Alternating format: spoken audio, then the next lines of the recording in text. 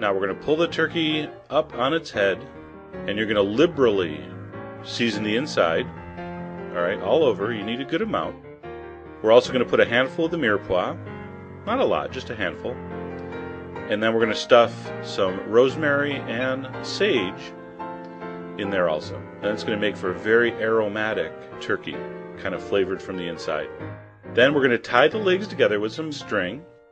You can use unflavored floss. All right, don't use the minty fresh kind, but any kind of floss will work. All right, so that's the inside done.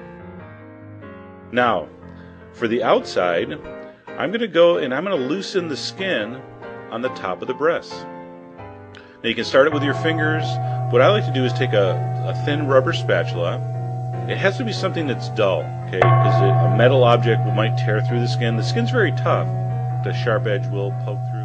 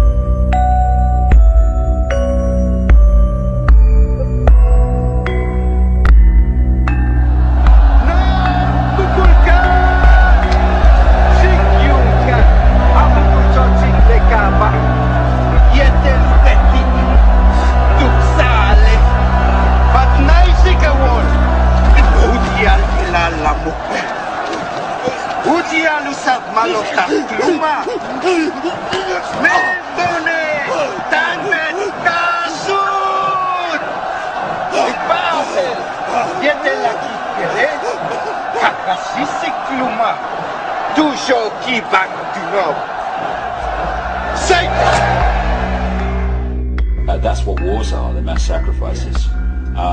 You know, this shock and awe in Iraq, for instance, was there to have a mass sacrifice. We don't target civilians is absolute nonsense. Of course they target civilians. They want as many dead people as possible. And of course Iraq, the former land of Sumer and Babylon, has enormous significance to these people because they go back to that period and that area of Babylon, etc. In fact, what we're seeing now is global Babylon when you look at the symbolism of Babylon. And for them to kill all those people there, it is a mass ritual sacrifice.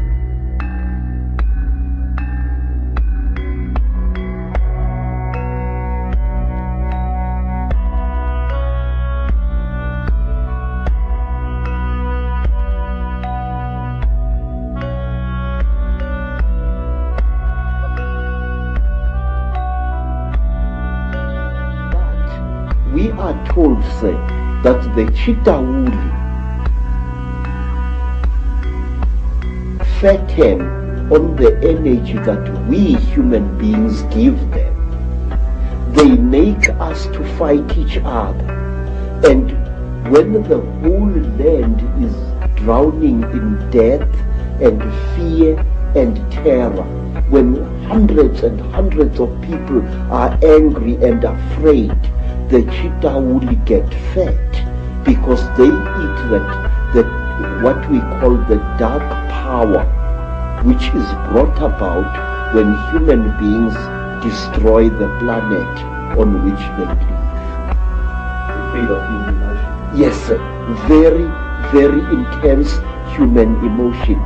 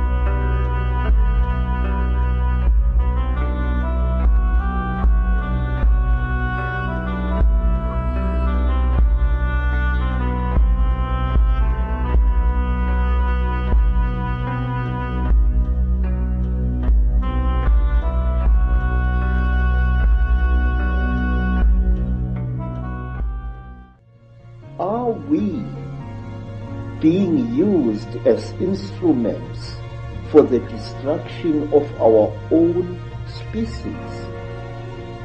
I say yes. And these gods, as they're perceived, feed off human energy. They feed off low vibrational human energy, low vibrational emotional energy, all around based on fear, stress, hatred, guilt, all these things, these low vibrational emotions. And another way they feed off human energy is by human sacrifice. What they do in the sacrifice is they'll have the victim, and they go through this ritual, and they build up the ritual to gain maximum terror from the victim. So now there's tremendous energy, not just of fear, but of absolute terror. And then at the point of sacrifice, that energy is released massively. And these gods that are operating just outside human sight feed off that energy, because that terror, that low vibrational energy, represents the energy field that they are vibrating to, and therefore they can absorb that energy. They can't absorb the higher dimensional energies. They have to have low vibrational energies. Look at society. It's structured to create massive fear, stress, all these things for the population, and it's feeding these quote gods. The other thing that happens in these rituals from the human level, physical level participants, is that there is a point where the victim is in a state of such extreme terror that a certain adrenaline enters the bloodstream. It's not even a normal adrenaline that comes from danger. It's an adrenaline that comes from sheer unbridled terror. And that enters the bloodstream at the point of sacrifice. And then these sick people drink the blood because it's got that adrenaline in it, and it gives them this rush.